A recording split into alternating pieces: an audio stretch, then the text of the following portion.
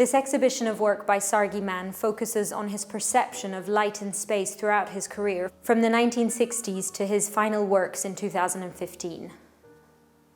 Christopher, you met Sargy in 1986 and then showed his work for the first time in 1987. This was the first of about 18 exhibitions that you had together in the gallery over 30 years.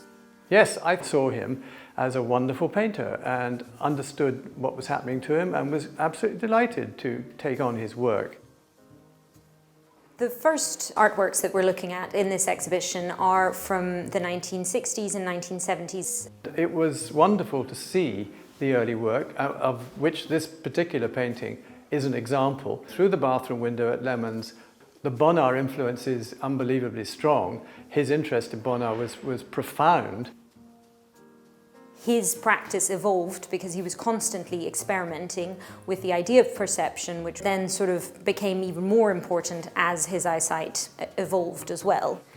I think he had to be very brave at that point because his sight was, as you say, deteriorating. The relationship I had with Sargy helped in that way because I was totally confident about whatever he did. I mean, each of our exhibitions was probably 2 years apart, so there was bound to be a difference in the work. And my first experience of what that work was to be, given that he painted by that time up in Bungay in Suffolk, was that I would go up there and see the exhibition in his studio on the riverside. But it was an amazing experience to see the differences that sight was playing upon the way he painted. It wasn't just what you saw through your eyes. There were many other aspects to it, and he's talked hugely well about this in other places. Throughout his career, Sargy travelled quite a lot to southern Europe, including Italy. Well, I mean, that was such an important thing for him, and the southern light was an enormous help to him. It was better for him to be able to paint with strong light, given the issues that were happening to his sight, yes.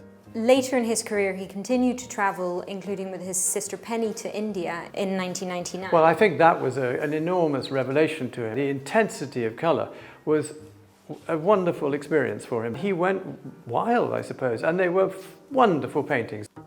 The exhibition after India was in Cadogan in Spain, home of Salvador Dali. Some of the paintings were painted totally blind. One of the most compelling things that comes out of this particular exhibition is the sense of danger that Sargy was always under, that every painting might very well be his last.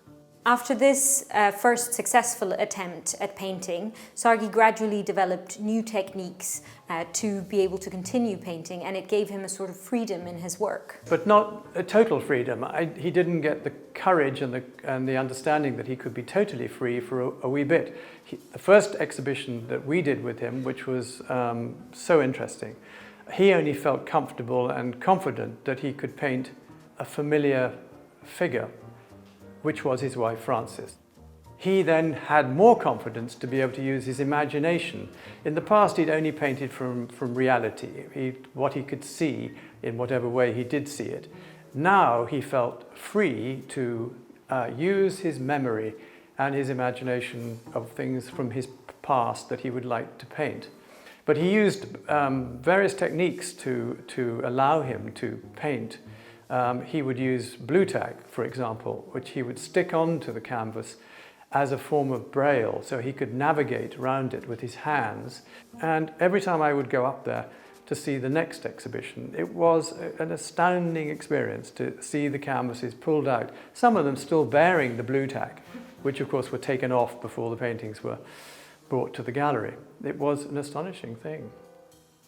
This painting really exemplifies the work as you saw it evolve from the early days until Sargy passed away. It's a huge journey that he made from the early days of Camberwell to his final paintings.